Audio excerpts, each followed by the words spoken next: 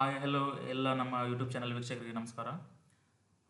ಇವತ್ತು ನಾನು last time ಹೇಳಿದಂಗೆ U G C net computer science ಬಗ್ಗೆ ಪ್ಲೇಲಿಸ್ಟ್ನ ಮಾಡ್ತೀವಿ ಅಂತ ಹೇಳಿದ್ವಿ. ಸೊ ಅದೇ ಪ್ಲೇಲಿಸ್ಟ್ನ ಸ್ಟಾರ್ಟ್ ಮಾಡೋಕ್ಕೆ ಸ್ಟಾರ್ಟಿಂಗ್ ಆಗಿ ಫಸ್ಟ್ ನಾವು ಸಿಲೆಬಸ್ನ ಏನೇನಿದೆ ಅಂತ ನೋಡ್ಕೊಳ್ಳೋಣ. ಸೊ ಈ ಸಿಲೆಬಸ್ ಅಂತ ಬಂದಾಗ ನಮ್ಮ ಸಿಲೆಬಸ್ನ NTA UGC ನೆಟ್ .com ನಮಗೆ ಸಿಲೆಬಸ್ ಸಿಗುತ್ತೆ. ಸೊ ಈ ಸಿಲೆಬಸ್ಸಲ್ಲಿ ಏನೇನಿದೆ ಏನೇನಿಲ್ಲ, ನಾವು ಏನೇನು ಓದಬೇಕು, ಯಾವ ಸಬ್ಜೆಕ್ಟ್ ಇದೆ ಯಾವಿಲ್ಲ, ಯಾವುದ್ರ ಮೇಲೆ ಜಾಸ್ತಿ ಕಾನ್ಸಂಟ್ರೇಟ್ ಮಾಡಬೇಕು ಅಂತ ಇವತ್ತು ಡಿಸ್ಕಸ್ ಮಾಡೋಣ. ಸೊ ಮೊದಲು ಫಸ್ಟ್ ನೋಡ್ಬೇಕಂದ್ರೆ ನಮ್ಮದು complete computer science net exam marks ಇರೋದು 300 ಮಾರ್ಕ್ಸ್ಗೆ. ಅದರಲ್ಲಿ 200 ಮಾರ್ಕ್ಸ್ ಸೆಕೆಂಡ್ ಪೇಪರ್ ಇರುತ್ತೆ, ಫಸ್ಟ್ ಪೇಪರ್ 100 ಮಾರ್ಕ್ಸ್ ಇರುತ್ತೆ. ಈ 200 ಮಾರ್ಕ್ಸ್ಗೆ ಟೋಟಲ್ 100 ಕ್ವಶನ್ಸ್ ಇರುತ್ತೆ ನಮ್ಮಲ್ಲಿ. ಈ 100 ಕ್ವಶನ್ಸಲ್ಲಿ each question carries 2 marks. So ಒಂದು ಪ್ರಶ್ನೆಗೆ 2 ಮಾರ್ಕ್ಸ್ ಅಂದರೆ ಟೋಟಲ್ 200 ಮಾರ್ಕ್ಸ್ ನಮಗೆ ನಮ್ಮ ಪೇಪರಲ್ಲಿ ಇರುತ್ತೆ, ಮೀನ್ಸ್ ಸೆಕೆಂಡ್ ಪೇಪರ್ ಕೋರ್ ಪೇಪರಲ್ಲಿ. ನೆಕ್ಸ್ಟ್ ರಿಮೈನಿಂಗ್ 100 ಮಾರ್ಕ್ಸ್ ನಮ್ಮ ಪೇಪರ್ ಒನ್ನಲ್ಲಿ ಸಿಗುತ್ತೆ.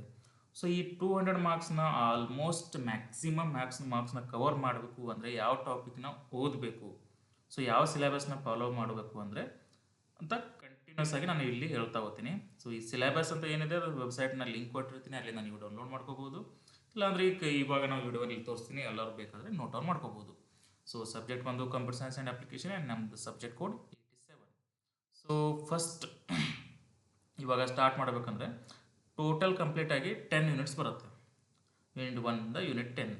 ಸೊ ಇದೆಲ್ಲ ಕಂಪ್ಲೀಟಾಗಿ ನಮ್ಮ ಕಂಪ್ಯೂಟರ್ ಸೈನ್ಸ್ ಸಬ್ಜೆಕ್ಟ್ ರಿಲೇಟೆಡ್ ಇರುತ್ತೆ, ಯಾವುದು ಔಟ್ ಆಫ್ ಸಿಲೆಬಸ್ ನಿಮ್ಗೆ ಕಾಣಲ್ಲ. ಸೊ ನಮ್ಮದು ಕಂಪ್ಲೀಟ್ ಡಿಗ್ರಿಯಿಂದ ಹಿಡ್ಕೊಂಡು PG ಅವ್ರಿಗೆ ಏನು ಕಲಿತೀವಿ ಅದೆಲ್ಲ ಸಿಲೆಬಸ್ಸಲ್ಲಿ ಕವರ್ ಆಗಿರುತ್ತೆ. ಸೊ ಈ ಸಿಲೆಬಸ್ ಅನ್ನೋ ಮತ್ತು ಏನಿದೆ ಇದ್ರದ್ದು ಮತ್ತೊಂದು ಇಂಪಾರ್ಟೆಂಟ್ ಏನಂದರೆ ಈ UGC ನೆಟ್ ಸಿಲೆಬಸ್ ಏನಿದೆ ಇದರ ಮೇಲೇ KCET ಎಕ್ಸಾಮ್ ಸಿಲೆಬಸ್ನು ಸೇಮ್.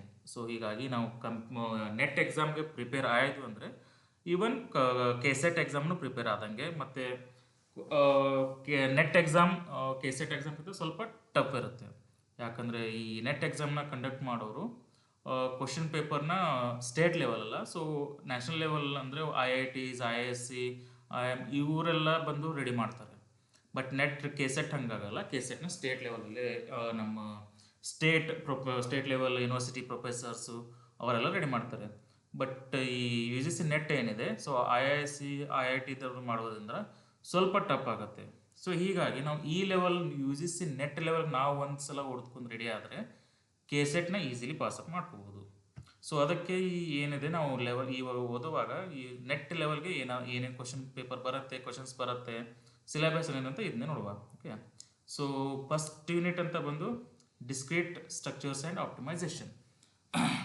ಸೊ ಈ ಫಸ್ಟ್ ಯೂನಿಟಲ್ಲಿ ಏನೇನು ಬರುತ್ತೆ ಅಂತ ನೋಡೋಕೆ ಬಂದರೆ ಫಸ್ಟು ಮ್ಯಾಥಮೆಟಿಕಲ್ ಲಾಜಿಕಲ್ ಅಂದರೆ propositional and predicate logics and propositional equivalence, normal forms ಬರುತ್ತೆ, predicates and quantifiers, next state quantifiers and rules of inference.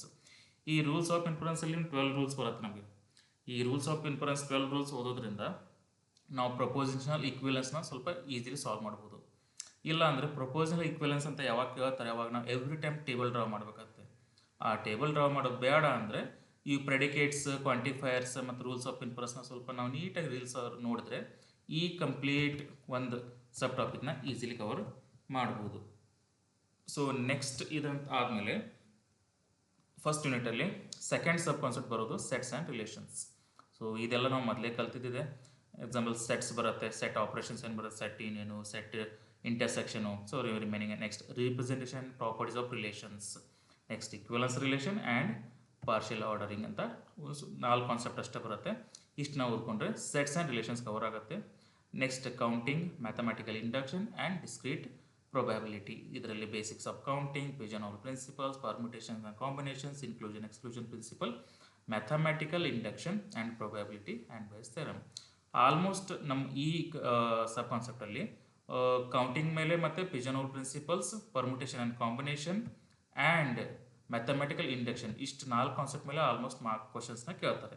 Even KCET ಅಲ್ಲಾಯಿತು, ನೆಟ್ ಅಲ್ಲಾಯಿತು. ಸೊ ಮ್ಯಾಕ್ಸಿಮಮ್ ನಾವು ಕ್ವಶನ್ ಪೇಪರ್ ಏನಕ್ಕೆ ನಾವು ಅನಲೈಸ್ ಮಾಡಬೇಕಂದ್ರೆ ಯಾವ ಕಾನ್ಸೆಪ್ಟ್ನ ಜಾಸ್ತಿ ಪ್ರೆಷರ್ ಮಾಡಿ ಕೇಳ್ತಿದ್ದಾರೆ ಅಂತ ನಮ್ಗೆ ಗೊತ್ತಾಗಬೇಕು.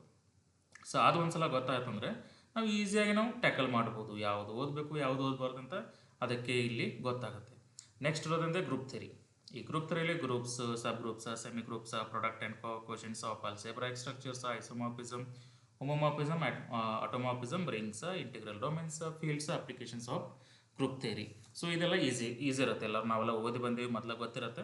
ಸೊ ಇದ್ರೇನೈತಿ ಗ್ರೂಪ್ ಥಿಯರಿನ ಈಸಿಲಿ ನಾವು ಟ್ಯಾಕಲ್ ಮಾಡ್ಬೋದು. ನೆಕ್ಸ್ಟ್ ಗ್ರಾಫ್ ಥಿಯರಿ ಇರ್ತೈತಿ. ಈ ಗ್ರಾಫ್ ಥಿಯರಿದಾಗ simple graph, multi graph, weighted graph, paths. So ಈ ಕಂಪ್ಲೀಟ್ ಏನದ ಕಂಪ್ಲೀಟ್ ಗ್ರಾಫ್ ಥಿಯರಿ ನಾವೇನು ಪಿ ಜಿಯಲ್ಲಿ ಕಲಿತೀವಿ ಗ್ರಾಫ್ ಥಿಯರಿ ನಮ್ಮಲ್ಲಿ ಅಲ್ಲಿ ಸ್ವಲ್ಪ ಗ್ರಾಫ್ನ ಸ್ವಲ್ಪ ಜಾಸ್ತಿ ಹೇಳ್ತೀವಿ. ಅದರಲ್ಲಿ ಚಾಯ್ಸ್ ಮಾಡಿ ಇಲ್ಲಿ ಸ್ವಲ್ಪ ಹಾಕಿರ್ತಾರೆ ಕ್ವಶನ್ ಪೇಪರ್ದಾಗ. ಸೊ ಇಷ್ಟು ನಾವು ಓದಿದ್ರೆ ಸಾಕು.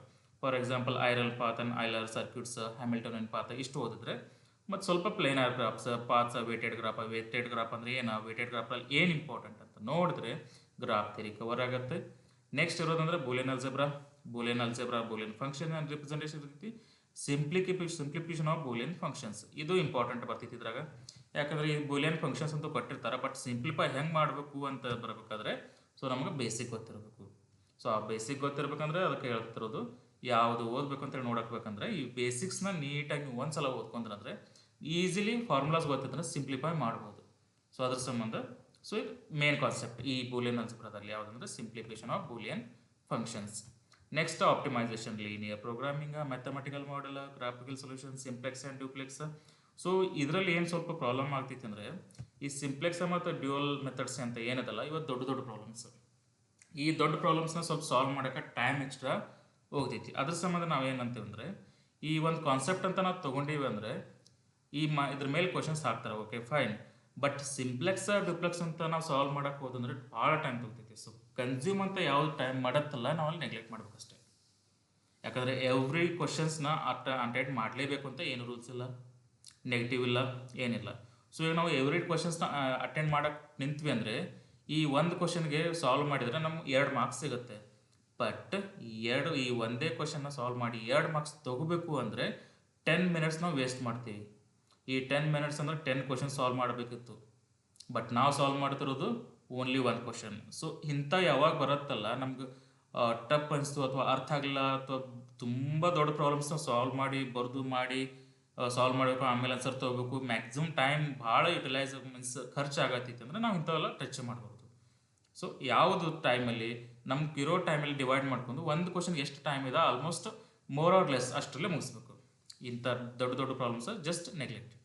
And second unit computer system architecture. So ಅದರಲ್ಲಿ ಫಸ್ಟ್ ಬರೋದು digital logic and circuits and components. Digital computers ಅಂದ್ರೆ ಏನು ಬರ್ತಾವೆ, ಲಾಜಿಕ್ ಗೇಟ್ಸ್ ಅದಾವ ನಮ್ದು ಎಲ್ಲ ಗೊತ್ತಿದಾವೆ. ಆಮೇಲೆ ಬೂಲಿಯನ್ ಅಲ್ಜೆಬ್ರಾ ಐತಿ. ಮ್ಯಾಪ್ ಸಿಂಪ್ಲಿಫಿಕೇಶನ್ ಅಂದರೆ ಕೆ ಮ್ಯಾಪ್ ಬರ್ತೈತಿ. ಇಲ್ಲಿ ಕೆ ಮ್ಯಾಪ್ ಹೆಂಗೆ ಡ್ರಾ ಮಾಡಬೇಕು, 2 ವೇರಿಯಬಲ್ಸ್ 3 ವೇರಿಯಬಲ್ 4 ವೇರಿಯಬಲ್ ಇದ್ದಾಗ. ನೆಕ್ಸ್ಟ್ ಕಾಂಬಿನೇಷನ್ ಸರ್ಕ್ಯೂಟ್ಸ್ ಬರ್ತಾವೆ, ಫ್ಲಿಪ್ ಫ್ಲಾಪ್ಸ್ ಇದಾವೆ, sequential circuit, memory unit, integrated circuit, decoders, multiplexer, registers and counters. So ಇವೆಲ್ಲ ಈಸಿ ಯೂನಿಟ್ ಅದ, ಎಲ್ಲ ಥೆರಾಟಿಕಲಿ. ಇಲ್ಲಿ ನಿಮ್ಗೆ ಯಾವುದು ಪ್ರಾಬ್ಲಮೆಟಿಕ್ ಅಂತ ಕಾಣಲ್ಲ. ಸೊ ಥೆರಾಟಿಕಲ್ ಅದ ಏನದ ಫಿಕ್ಸ್ ಇರುತ್ತೆ. ಪ್ರಾಬ್ಲಮೆಟಿಕ್ ಅಂತ ಯಾವಾಗ ಬರತ್ತೈತಿ ಅವಾಗ ನಮ್ಗೆ ವೇರಿಯಬಲ್ ಚೇಂಜಸ್ ಆಗ್ತಾವೆ. ಸೊ ಇಲ್ಲಿ ಥೆರಾಟಿಕಲ್ ಐತಿ, ನೀವು ಥೆರಾಟಿಕಲಿ ಈಸಿಲಿ ಓದ್ಬೋದು. ಸೊ ಇದನ್ನೆಲ್ಲ ನಾವು ನೆಕ್ಸ್ಟ್ ವೀಡಿಯೋದಾಗ ಕವರ್ ಮಾಡ್ತೀವಿ. ಸೊ ಅದಕ್ಕಾಗಿ ಹೇಳ್ತಿರೋದು ಯಾರು ಸಬ್ಸ್ಕ್ರೈಬ್ ಮಾಡಿಲ್ಲ ಅಂದರೆ ಕಂಟಿನ್ಯೂಸ್ ಆಗಿ ಇವಾಗಲೇ ಸಬ್ಸ್ಕ್ರೈಬ್ ಮಾಡ್ಕೊಳ್ಳಿ ಮತ್ತು ಫಾಲೋ ಮಾಡಿ. Next data representation. Data types, number systems and conversions, complements, fixed point representation, floating point representation, error detection. So ಹಿಂಗಂತೇಳಿ ಡೇಟಾದ ಮೇಲೆ ಎಲ್ಲ ಕ್ವಶನ್ಸ್ ಇದರಲ್ಲಿ ಬರುತ್ತೆ. ಇದರಲ್ಲೂ ಏನು ಥೆರಾಟಿಕಲ್ ಕ್ವಶನ್ಸ್ ಐತೆ. ಸೊ ಇವನ್ನೆಲ್ಲ ಬೇಸಿಕ್ಸ್ ಇದೆ, ಒಂದ್ಸಲ ನೋಡ್ಕೊಂಡ್ರೆ ಸಾಕು. ಆಮೇಲೆ registers, transfer and micro operations. Register transfer languages ಬರ್ತಾವೆ, bus, memory transfer, arithmetic, logic and shift, micro operator. Next basic computer organisation and design. ಇದರಲ್ಲಿ stored programming organisation and instruction cycles, memory reference instructions and input output and interrupt. ಇವ main important concepts ಇದ್ರು. ಇಷ್ಟು ನಾವು cover ಮಾಡಿದ್ರು ಸಾಕು. Next programming the basic computer. ಇದರಲ್ಲಿ machine language ಅಂದರೆ ಏನು, ಹೈ ಲೆವೆಲ್ ಲ್ಯಾಂಗ್ವೇಜ್ ಅಂದ್ರೆ ಅಸೆಂಬ್ಲಿ ಅಂದ್ರೆ ಏನು, ಅಸೆಂಬ್ಲರ್ ಅಂದ್ರೆ ಏನು, program loops, subroutines, input output programming ಅನ್ನೋದು ಇದೆಲ್ಲ ಕವರ್ ಆಗತ್ತೈತಿ. ನೆಕ್ಸ್ಟ್ ಮೈಕ್ರೋ ಕಂಟ್ರೋಲರ್ದಾಗ control memory, address sequencing, design of control unit. ಇಷ್ಟು 3 ಮಾಡ್ರೂ ಸಬ್ ಯೂನಿಟ್ ಕವರ್ ಆಗುತ್ತೆ. ನೆಕ್ಸ್ಟ್ ಬರೋದೇ central processing unit, that is CPU. ಈ ನಮ್ಮ CPU ದಾಗ ಏನೇನು ಐತಿ, ಜನರಲ್ ರಿಜಿಸ್ಟರ್ ಆರ್ಗನೈಸೇಷನ್ ಹೆಂಗೆ ಮಾಡ್ತಾರೆ, ಸ್ಟ್ಯಾಕ್ ಆರ್ಗನೈಸೇಷನ್ ಹೆಂಗೆ ಮಾಡ್ತಾರೆ, ಇನ್ಸ್ಟ್ರಕ್ಷನ್ಸ್ ಫಾರ್ಮ್ಯಾಟ್ಸ್ ಯಾವ, ಅಡ್ರೆಸ್ಸಿಂಗ್ ಮೋಡ್ಸ್ ಯಾವ ಬರ್ತಾವೆ, direct addressing, indirect addressing, so RISC computer, CISC computer. So ಇಷ್ಟು ಕವರ್ ಮಾಡಿದ್ರೆ ಸಿ ಪಿ ಯು ಬಗ್ಗೆ ಕವರ್ ಆಗ್ತೈತಿ. Next pipeline and vector processing, next input output organisation, memory ಹೈರಾರ್ಕಿದಾಗ ಮೇನ್ ಮೆಮ್ರಿ ಯಾವ್ದು, auxiliary memory ಅಂದ್ರೇನು, associative ಅಂದ್ರೇನು, ಕ್ಯಾಶೆ ಮೆಮ್ರಿ ಯಾವ್ದು, virtual memory management, hardware, software, ಇವೆಲ್ಲ ಬರೋದು ಮೆಮ್ರಿ ಹೈರಾರ್ಕಿದಾಗ ಕವರ್ ಆಗ್ತೈತಿ. Next last multiprocessors, characteristics of multi processor, interprocess communication and synchronisation, structures, cache, coherent and multiprocessors, ಇವೆಲ್ಲ multiprocessor cover ಆಗ್ತವೆ. Next ಬರೋದು programming language and computer graphic. ಇದೆಲ್ಲರಿಗೂ ಗೊತ್ತಿದ್ದೈತಿ. ಈ ಪ್ರೋಗ್ರಾಮಿಂಗ್ ಲ್ಯಾಂಗ್ವೇಜ್ದಾಗ ಏನೇನದಾವ, ಯಾವ ಲ್ಯಾಂಗ್ವೇಜಸ್ ಬರ್ತಾವೆ, ಪ್ಯಾರಾಡಿಗಮ್ ಏನದಾವ, models, programming environment, virtual computer binding ಅಂತ ಇಲ್ಲಿ ಕವರ್ ಆಯ್ತಂದ್ರೆ ನಮ್ಮ ಫಸ್ಟ್ ಸ್ಟಾರ್ಟ್ ಆಗೋದಂದರೆ ಪ್ರೋಗ್ರಾಮಿಂಗ್ ಇನ್ ಸಿ. ಸೊ ಇಲ್ಲಿವರೆಗೂ ಇನ್ನೂ ಬೇಸಿಕ್ಸ್ ತೆಗೆದೀವಿ ನಾವು. ಸೊ ಸಿ ಪ್ರೋಗ್ರಾಮಿಂಗ್ ಇನ್ನೂ ಇದೆ, ಈಸಿ ಲ್ಯಾಂಗ್ವೇಜ್, ಈಸಿಲಿ ಕಲಿಬೋದು. ನೆಕ್ಸ್ಟ್ ಆದಮೇಲೆ C P P, that is C++. Next ನಮ್ಗೆ ಕಲಿತೀವಿ, ಇದು ಒಂದು ಇಂಪಾರ್ಟೆಂಟ್ ಕಾನ್ಸೆಪ್ಟ್ ಅದ. ನೆಕ್ಸ್ಟ್ ಲ್ಯಾಂಗ್ವೇಜಸ್ ಅಂದರೆ HTML, DHTML, XML, scripting, Java, servlets and applets. Next computer graphics ತೊಗೋತೀವಿ. ಆ ಗ್ರಾಫಿಕ್ಸಲ್ಲಿ ವಿಡಿಯೋ ಡಿಸ್ಪ್ಲೇ ಡಿವೈಸಸ್ ಯಾವ ಬರ್ತಾವೆ, raster scan, random scan, graphics monitors, input devices, so ಇವೆಲ್ಲ ನಮ್ಮಲ್ಲಿ ಕವರ್ ಆಗ್ತವೆ. ಸೊ ಕಂಪ್ಯೂಟರ್ ಗ್ರಾಫಿಕ್ಸ್ ಮಾಡುವಾಗ ಏನೇನು ಅವಶ್ಯಕತೆ ಐತಿ ಅನ್ನೋದೆಲ್ಲ ಇಲ್ಲಿ ಕವರ್ ಆಗ್ತೈತಿ. ನೆಕ್ಸ್ಟ್ ಬರೋದು 2D geometric transformation viewing, next 3D. So ಇಷ್ಟು ಕವರ್ ಆಯ್ತು ಅಂದರೆ ನಮ್ಗೆ ಪ್ರೋಗ್ರಾಮಿಂಗ್ ಲ್ಯಾಂಗ್ವೇಜಸ್ದಾಗ ಏನೇನು ಬೇಕಂತೂ ಎಲ್ಲ ಸಿಕ್ಕಿರ್ತವೆ. ಸೊ ನೆಕ್ಸ್ಟ್ ಬರೋದು ಡೇಟಾಬೇಸ್ ಮ್ಯಾನೇಜ್ಮೆಂಟ್ ಸಿಸ್ಟಮ್. ಇದು ಈಸಿಯೆಸ್ಟ್ ಸಬ್ಜೆಕ್ಟ್ ಆ್ಯಂಡ್ ಇದು ನಂದು ಫೇವ್ರೆಟ್ ಸಬ್ಜೆಕ್ಟ್. ಈ ಡೇಟಾ ಮ್ಯಾನೇಜ್ಮೆಂಟ್ ಸಬ್ಜೆಕ್ಟ್ನ ಆಲ್ಮೋಸ್ಟ್ ಈ ಸಬ್ಜೆಕ್ಟ್ನಿಂದ ಯಾವುದೋ ಒಂದು ಕ್ವಶನು ನಾನು ಮಿಸ್ ಮಾಡದೆ ಕಂಟಿನ್ಯೂ ಆಗಿ ಎಲ್ಲ ಮೀನ್ಸ್ ಎಲ್ಲ ಆನ್ಸರ್ ಮಾಡ್ತೀನಿ. ಆ್ಯಂಡ್ ಆಲ್ಮೋಸ್ಟ್ ನನಗೆ ಫುಲ್ ಮಾರ್ಕ್ಸ್ ಇದರಲ್ಲಿ ಸಿಗ್ತಾವೆ. ಸೊ ಇದು ನನ್ನ ಫೇವ್ರೆಟ್ ಸಬ್ಜೆಕ್ಟ್. ಸೊ ಈ ಫೇವ್ರೆಟ್ ಸಬ್ಜೆಕ್ಟ್ ಅಂತ ನಾ ಯಾಕೆ ಅನ್ನತ್ತೀನಿ ಅಂತಂದ್ರೆ ರೀಸನ್ ಏನಂದರೆ, ಇವಾಗ ನಾವು ಹೇಳಿದಂಗೆ ಟೋಟಲ್ 10 ಸಬ್ಜೆಕ್ಟಲ್ಲಿ ನಾವು 10 ಸಬ್ಜೆಕ್ಟ್ ಎಲ್ಲ ಓದ್ತೀವಿ ಅಂದರೆ ಆಗಲ್ಲ. 10 ಸಬ್ಜೆಕ್ಟಲ್ಲಿ ನಾವು ಪೂರ್ತಿ ಪರ್ಫೆಕ್ಟ್ ಆಗ್ತೀವಿ ಅಂದರೆ ಆಗಲ್ಲ. ಸೊ ಅದ್ರ ಸಂಬಂಧ ನೆಟ್ ಎಕ್ಸಾಮ್ದಾಗ ನಾವು ಎಲ್ಲ ಸಬ್ಜೆಕ್ಟು ಓದಬೇಕು ಅಂತ ಇಲ್ಲ. ಎಲ್ಲ ಓದಿದ್ರೆ ಎಲ್ಲ ಬಂದರೆ ವೆರಿ ಗುಡ್, ಏನು ಪ್ರಾಬ್ಲಮ್ ಇಲ್ಲ, ಭಾಳ ಒಳ್ಳೆಯದಾಯ್ತು. ಬಟ್ ನಮ್ಗೆ ಯಾವಾಗ ಎಲ್ಲ ಆಗಲ್ಲ. ಸೊ ನಾವು ಚೂಸ್ ಮಾಡ್ಕೋಬೇಕು ಅರೌಂಡ್ 6 to 7, 8. ಸೊ ಈ ರೇಂಜ್ದಾಗ ಒಂದು 8 ಮಿನಿಮಮ್ 7 ನೀವು ಈ ಟೈಪ್ ಯೂನಿಟ್ 10ದಾಗ, ಈ 10 ಯೂನಿಟ್ಸ್ದಾಗ ಒಂದು 7 ಯೂನಿಟ್ಸ್ ನೀವು ಪರ್ಫೆಕ್ಟ್ ಆದ್ರಂದ್ರೆ ಸಾಕು. ಇಷ್ಟು 7 ಯೂನಿಟ್ ಪರ್ಫೆಕ್ಟ್ ಆದ್ರಂದ್ರೆ ಆಲ್ಮೋಸ್ಟ್ 150 ಮಾರ್ಕ್ಸ್ ನಿಮ್ಮ ಕೈಯಲ್ಲಿದ್ದಾಗ. ಸೊ ಅದ್ರ ಸಂಬಂಧ ನನ್ನ ಫೇವ್ರೆಟ್ ಸಬ್ಜೆಕ್ಟ್ ಅಂತ ನಾನು ಅಂದಿದ್ದು ಏನಕ್ಕಂದರೆ, ಇದು ನನ್ನ ಫೇವ್ರೆಟ್ ಸಬ್ಜೆಕ್ಟ್. ನಾನು ಎಷ್ಟು ಸಲ ಓದಿದ್ದೀನಿ ಅಂದರೆ, ನಾ ಈ ಚಾಪ್ಟರ್ನಿಂದ ಈ ಯೂನಿಟಿಂದ ಬಂದ ಕ್ವಶನ್ ಯಾವುದು ಬಿಡಲ್ಲ. ಆ್ಯಂಡ್ ಇದರಲ್ಲಿ ಕೇಳಿದ್ದು ಎಲ್ಲ ಮಾರ್ಕ್ಸನ್ನು ಆಕ್ಯುಪೈ ಮಾಡ್ತೀನಿ. ಸೊ ಅದ್ರ ಸಂಬಂಧ ಫೇವ್ರೆಟ್ ಸಬ್ಜೆಕ್ಟ್. ಸೊ ನೀವು ಆ ಟೈಪ್ ನೀವು ಸಬ್ಜೆಕ್ಟ್ ನಿಮ್ದ ನೋಡ್ಕೋಬೇಕು. ಟೋಟಲ್ 10 ಸಬ್ಜೆಕ್ಟ್ದಾಗ ನಿಮ್ಗೆ ಯಾವುದು ಇಷ್ಟ ಐತಿ, ನಿಮ್ಗೆ ಯಾವ್ದು ಅರ್ಥ ಆಗ್ತೈತಿ, ಸೊ ಅವತ್ತನ್ನು ಚೂಸ್ ಮಾಡೋಬೇಕು. ಭಾಳ ಕಾಂಪ್ಲಿಕೇಶನ್ ಅನಿಸ್ತಿದೆ ಅಂದರೆ ಬಿಟ್ಟು ಹಾಕ್ಬಿಡ್ಬೇಕು. ಅದನ್ನು ಬಿಟ್ಟು ಬೇರೆ ಸಬ್ಜೆಕ್ಟ್ ಓದ್ಕೋಬೇಕು. ಸೊ ಅದು ಲಾಸ್ಟ್ ಡಿಸ್ಕಸ್ ಮಾಡೋಣ. ಮತ್ತು ಇವಾಗ ಡೇಟಾಬೇಸ್ ಮ್ಯಾನೇಜ್ಮೆಂಟ್ ಸಿಸ್ಟಮ್ ನೋಡೋಣ. ಡೇಟಾ ಮಾಡೆಲ್ಸ್ ಬರ್ತಾವೆ, ಯಾವ ಮಾಡೆಲ್ಸ್ ಇದಾವೆ ನೋಡಬೇಕು. ಸ್ಕೀಮಾಸ್ ಅಂದರೆ ಏನೋ, ಇನ್ಸ್ಟನ್ಸಸ್ ಅಂದರೆ ಏನೋ, 3 ಸ್ಕೀಮಾ ಆರ್ಕಿಟೆಕ್ಚರ್ ಅಂದರೆ ಮತ್ತು ಡೇಟಾ ಇಂಟಿಮೇಟಸ್ ಅಂದ್ರೆ ಏನೋ.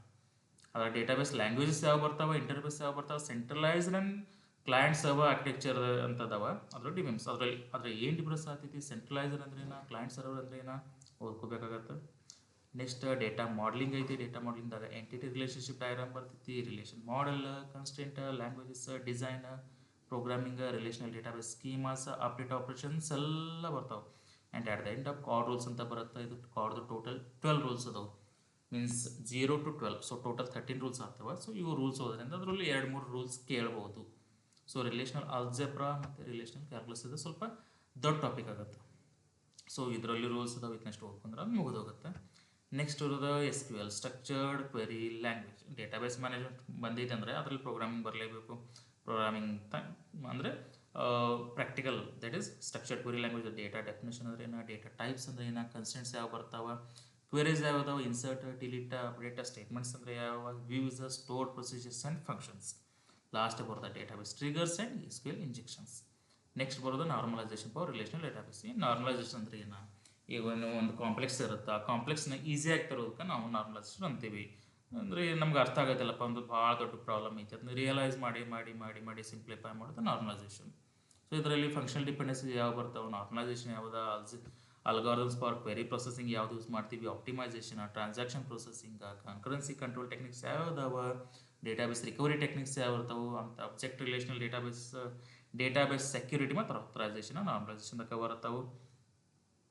ನೆಕ್ಸ್ಟ್ ಇರೋದು ಎನ್ಹಾನ್ಸ್ಡ್ ಡೇಟಾ ಮಾಡಲ್ಸ್ ಐತಿ, ಬಟ್ ಎನ್ಹಾನ್ಸ್ಡ್ ಮೀನ್ಸ್ ಒಂದು ನೆಕ್ಸ್ಟ್ ಸ್ಟೆಪ್ ಮುಂದೆ ಇರ್ತಂಗಿದ್ರು.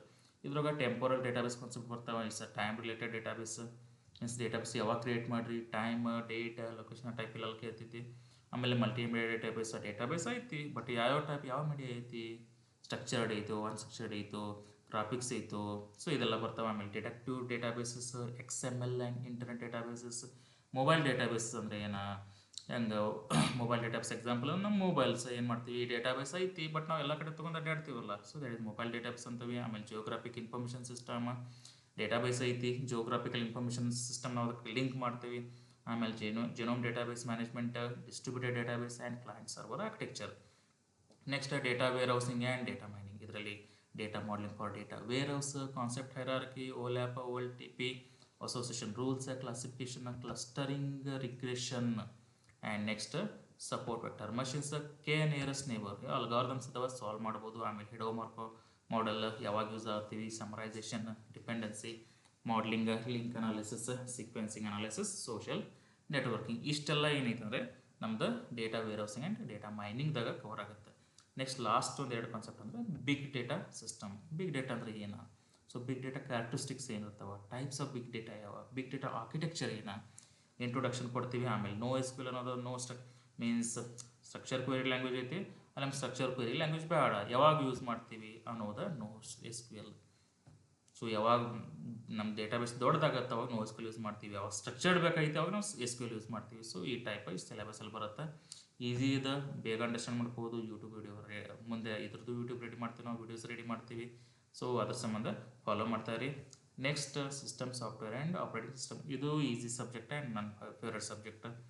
ಈ ಸಿಸ್ಟಮ್ ಸಾಫ್ಟ್ವೇರಲ್ಲಿ ಏನೇನೈತಿ, ನಮ್ಮದು ಸಾಫ್ಟ್ವೇರ್ ಸಿಸ್ಟಮ್ ಐತಿ, ಅದ್ರ ಸಾಫ್ಟ್ವೇರ್ಸ್ ಯಾವ ಬರ್ತಾವೆ, ಮಷಿನ್ ಸಾಫ್ಟ್ವೇರ್ ಐತಿ, ಅಸೆಂಬ್ಲಿ ಐತಿ, high level languages, compilers and interpreters, loader, linker, relocation, macros, debuggers. So ಇಷ್ಟೆಲ್ಲ ಕವರ್ ಸಿಸ್ಟಮ್ ಸಾಫ್ಟ್ವೇರ್ದಾಗ ಆಗುತ್ತೆ. ನೆಕ್ಸ್ಟ್ ಇರೋದು basics of operating system. Okay, basics ಕಲಿತೀವಿ ಈಗ. ಆಪರೇಟಿಂಗ್ ಸಿಸ್ಟಮ್ ಸ್ಟ್ರಕ್ಚರ್ ಅಂದ್ರೆ ಏನು, operating system services, system calls, operating system design and implementation, system board ಅಂದರೆ ಏನು. ಸೊ ಈ ಬೇಸಿಕ್ಸ್. Next process management. ಈ ಪ್ರೊಸೆಸ್ ಮ್ಯಾನೇಜ್ಮೆಂಟ್ದಾಗ ಏನು ತೊಗೊಳ್ತೀವಿ, process scheduling and operations, interprocess communication ಹೆಂಗೆ ಆಗತ್ತೈತಿ, ಕಮ್ಯುನಿಕೇಷನ್ ಕ್ಲೈಂಟ್ ಸರ್ವರ್ ಸಿಸ್ಟಮ್ದಾಗ ಹೆಂಗೆ ಆಗ್ತೈತಿ, ಪ್ರೊಸೆಸ್ ಸಿಂಕ್ರನೈಸೇಷನ್ ಹೆಂಗೆ ಆಗ್ತಾವೆ, critical section problem, Peter's solution, semaphores and synchronisation. So ಇದೆಲ್ಲ ಪ್ರೊಸೆಸ್ ಮ್ಯಾನೇಜ್ಮೆಂಟ್ದಾಗ ಕವರ್ ಆಗ್ತೀವಿ. ನೆಕ್ಸ್ಟ್ ಇರೋದು ಥ್ರೆಡ್ಸ್. ಇವು ಏನು ಥ್ರೆಡ್ಸ್, ಪ್ರೊಸೆಸ್ ಇರ್ತೈತಿ, ಆ ಪ್ರೊಸೆಸ್ದ ಚೈಲ್ಡ್ಗೆ ಥ್ರೆಡ್ಸ್ ಬರ್ತಾವೆ. So multi core programming, multithreading models, thread libraries, implicit threading, threading issues. So ಥ್ರೆಡ್ಡಿಂಗ್ದಾಗ ಇಶ್ಯೂಸ್ ಆಲ್ಮೋಸ್ಟ್ ಸ್ವಲ್ಪ ನಾವು ಕಾನ್ಸಂಟ್ರೇಟ್ ಮಾಡೋ ಟಾಪಿಕ್. Next CPU scheduling. ಇದರಲ್ಲಿ ಶೆಡ್ಯೂಲಿಂಗ್ ಕ್ರೈಟೇರಿಯಾ ಆ್ಯಂಡ್ ಅಲ್ಗಾರಿದಮ್ಸ್ ಬರ್ತಾವೆ. Thread scheduling, multiple processor scheduling, last real time CPU scheduling. So ಏನಾಗುತ್ತೆ ಅಂದರೆ CPU ಅಂತೂ use ಮಾಡೇ ಮಾಡ್ತೀವಿ, but how to utilise the maximum CPU. ನಾವು CPU ನೀಟಾಗಿ ಯುಟಿಲೈಸ್ ಮಾಡ್ಬೇಕಂದ್ರೆ ಹೆಂಗೆ ಯೂಸ್ ಮಾಡಬೇಕು ಅನ್ನೋದು ಇದರಲ್ಲಿ ಕಲಿತೀವಿ.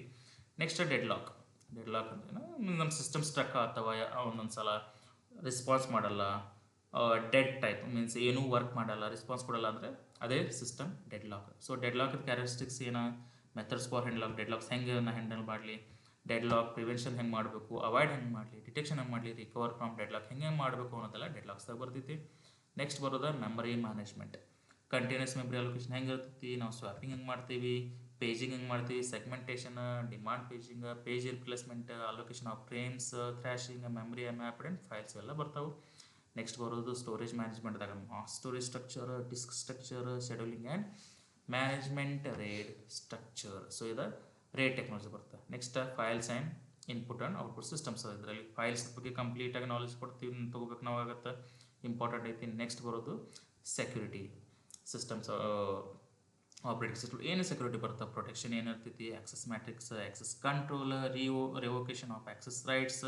ಸೊ ಕಂಪ್ಲೀಟ್ ಸೆಕ್ಯೂರಿಟಿ ರಿಲೇಟೆಡ್ ಏನದಲ್ಲ ಇದರಲ್ಲಿ ಕವರ್ ಮಾಡ್ತೀವಿ ನಾವು. ಲಾಸ್ಟ್ ಬರೋದು ವರ್ಚುವಲ್ ಮಷಿನ್ಸ್ ಏನಿರ್ತಾವೆ, ಟೈಪ್ಸ್ ಆಫ್ ವರ್ಚುವಲ್ ಮಷಿನ್ಸ್ ಅಂದರೆ ಏನು, ಇಂಪ್ಲಿಮೆಂಟೇಷನ್ ಅಂದ್ರೆ ವರ್ಚುವಲೈಸೇಷನ್ ಅಂದ್ರೆ ಏನು. ಈ ಒಂದು ಸಿಸ್ಟಮಲ್ಲಿ ನಾವು ಎಷ್ಟು ಸಾಫ್ಟ್ವೇರ್ ಹಾಕ್ಬೋದು, ಒಂದು ಹಾಕ್ಬೋದು, ಬಟ್ ಮಲ್ಟಿಪಲ್ ಬೇಕಂದ್ರೆ ನಾವು ವರ್ಚುವಲ್ ಸಿಸ್ಟಮ್ ಕ್ರಿಯೇಟ್ ಮಾಡಬೇಕು. ಮಲ್ಟಿಪಲ್ಸ್. ಸೊ ಯಾಕಂದರೆ ಒಂದು ವಿಂಡೋಸಲ್ಲಿ ಎರಡೆರಡು ಹಾಕೋಕ್ಕಾಗಲ್ಲ. ಸೊ ಒಂದಲ್ಲಿ ಒಂದು OS ಹಾಕಿದ್ರೆ ಇನ್ನೊಂದು ನಾವು ಹಾಕ್ಬಿಟ್ಟು ಇನ್ನೊಂದು ವರ್ಚುವಲ್ ಸಿಸ್ಟಮ್ ಕ್ರಿಯೇಟ್ ಮಾಡಬೇಕು, ವರ್ಚುವಲ್ ಸ್ಪೇಸ್ ಕ್ರಿಯೇಟ್ ಮಾಡಿ OS ಇನ್ಸ್ಟಾಲ್ ಮಾಡ್ಕೋಬೋದು. ಸೊ ಇಲ್ಲಂತ ಕಲಿತೀವಿ. ಆಮೇಲೆ ಲೈನಕ್ಸ್ ಆಪ್ರೇಟಿಂಗ್ ಸಿಸ್ಟಮ್ ಬಗ್ಗೆ ಐತಿ. Next last Windows operating system, ಆಮೇಲೆ ಲಾಸ್ಟ್ಗೆ distributed system types of network based on operating system, network structures ಇವೆಲ್ಲ ಇಲ್ಲಿ ಕಲಿತೀವಿ. ಆ್ಯಂಡ್ ಡಿಸೈನ್ ಇಶ್ಯೂಸ್ ಎಲ್ಲ ಬರ್ತವೆ.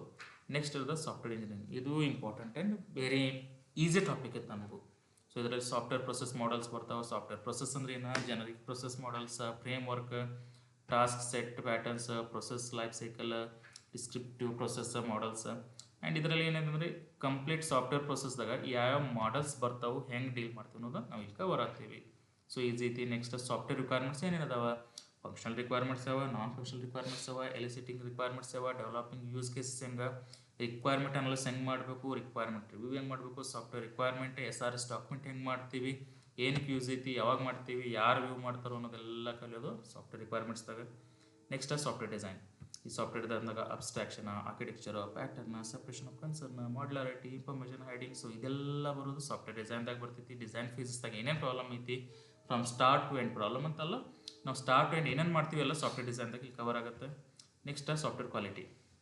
ಈ ಸಾಫ್ಟ್ವೇರ್ ಕ್ವಾಲಿಟಿ ಮೇಂಟೈನ್ ಮಾಡ್ಬೇಕಂದ್ರೆ ಏನೇನು ನಾವು ಫಾಲೋ ಅಪ್ ಮಾಡಬೇಕು ಅನ್ನೋದು ಸಾಫ್ಟ್ವೇರ್ ಕ್ವಾಲಿಟಿ ಇಲ್ಲಿ ಕವರ್ ಮಾಡ್ತೀವಿ. For example ISO 9126 quality factor ಎಷ್ಟು ಇರಬೇಕು, ಎಷ್ಟಿದ್ರೆ ಕ್ವಾಲಿಟಿ ಸಾಫ್ಟ್ವೇರ್ ಇರ್ತೈತಿ ಅನ್ನೋದೆಲ್ಲ ಇದ್ರಾಗ.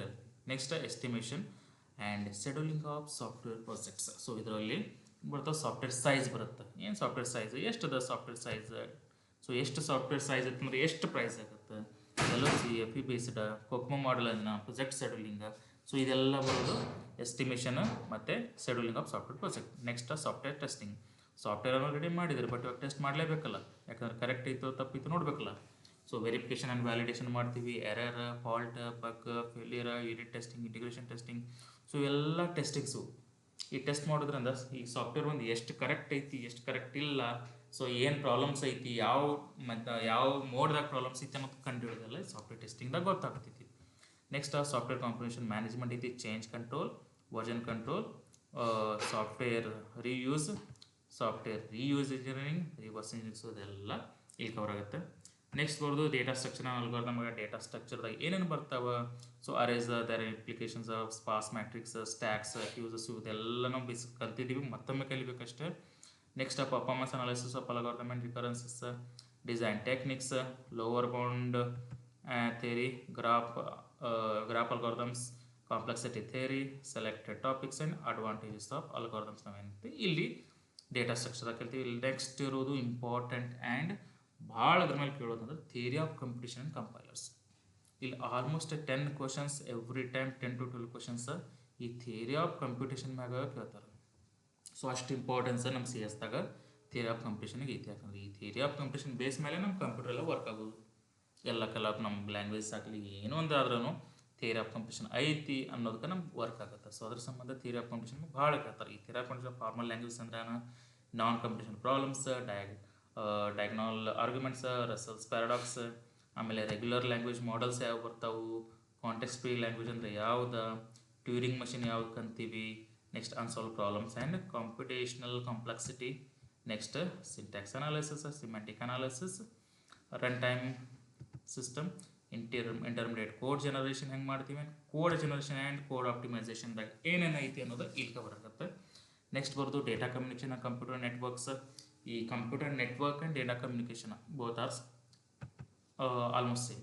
ಸೊ ಡೇಟಾ ಕಮ್ಯುನಿಕೇಷನ್ದಾಗ ಏನು ಮಾಡ್ತೀವಿ, ಡೇಟಾ ಹೆಂಗೆ ಕಮ್ಯುನಿಕೇಷನ್ ಆಗತ್ತೈತಿ ಅಂತ ನಾವು ಇಲ್ಲೇ ಲರ್ನ್ ಮಾಡ್ತೀವಿ. ಅಂದರೆ ಕಂಪ್ಯೂಟರ್ ನೆಟ್ವರ್ಕ್ದಾಗ ಒಂದು ಕಂಪ್ಯೂಟರ್ ಇನ್ನೊಂದು ನೆಟ್ವರ್ಕ್ ಜೊತೆ ಹೆಂಗೆ ನೆಟ್ವರ್ಕ್ ಬಿಲ್ಡ್ ಮಾಡಿ ಡೇಟಾ ಶೇರ್ ಆಗುತ್ತೆ ಇದರಲ್ಲಿ ಕಲಿತೀವಿ. ಸೊ ಫಸ್ಟ್ ಬೇಸಿಕ್ದಿಂದ ಸ್ಟಾರ್ಟ್ ಮಾಡ್ತಾರೆ ಇಲ್ಲಿ. ಸೊ ಫಸ್ಟ್ ಇರೋದ ಡೇಟಾ ಕಮ್ಯುನಿಕೇಷನ್, ಅದರ components of data communication system ಏನದಾವ, ಸಿಂಪ್ಲೆಕ್ಸ್ ಅಂದ್ರೇನ, ಹಾಫ್ ಡುಪ್ಲೆಕ್ಸ್ ಅಂದ್ರೇನ, ಫುಲ್ ಡುಪ್ಲೆಕ್ಸ್ ಅಂದ್ರೇನ, ಡಬಲ್ ಮೋಡ್ಸ್ ಆಫ್ ಕಮ್ಯುನಿಕೇಷನ್ ಅಂದ್ರೇನ. ಸೊ ಇವೆಲ್ಲ ಈಸಿ ಇದಾವೆ. ಆಮೇಲೆ ಸುಮ್ಮನೆ ಸಿಂಪಲಾಗಿ ಬಂದರೆ ಸಿಂಪ್ಲೆಕ್ಸ್ ಅಂದರೆ 1 ವೇ ಕಮ್ಯುನಿಕೇಷನ್, ಹಾಫ್ ಡುಪ್ಲೆಕ್ಸ್ ಅಂದರೆ 2 way but 1 at a time. Next full duplex ಅಂದರೆ it's like a mobile phones, half duplex ಅಂದರೆ it's like a walkie talkie. So ಈ ಟೈಪ್. ಇನ್ನು ಮತ್ತು ಭಾಳ ಸಿಂಪ್ಲೆಕ್ಸ್ ಅಂತ ನೋಡ್ಬೇಕಂದ್ರೆ it's a radio, 1 way, only 1 sender and 1 receiver. Next analog and digital signals, noiseless and noisy channels, bandwidth, throughput, letters, ಇವೆಲ್ಲ ಏನೈತೆ ಅಂದರೆ ಡೇಟಾ ಕಮ್ಯುನಿಕೇಷನ್ದಾಗ ಕವರ್ ಆಗ್ತವೆ. ಇಲ್ಲಿ ತನಕ ಎರರ್ ಹ್ಯಾಂಡ್ಲಿಂಗ್ ಮೆಕ್ಯಾನಿಸಮ್ ಇಂಪಾರ್ಟೆಂಟ್ ಆಗುತ್ತೆ ಇಲ್ಲಿ.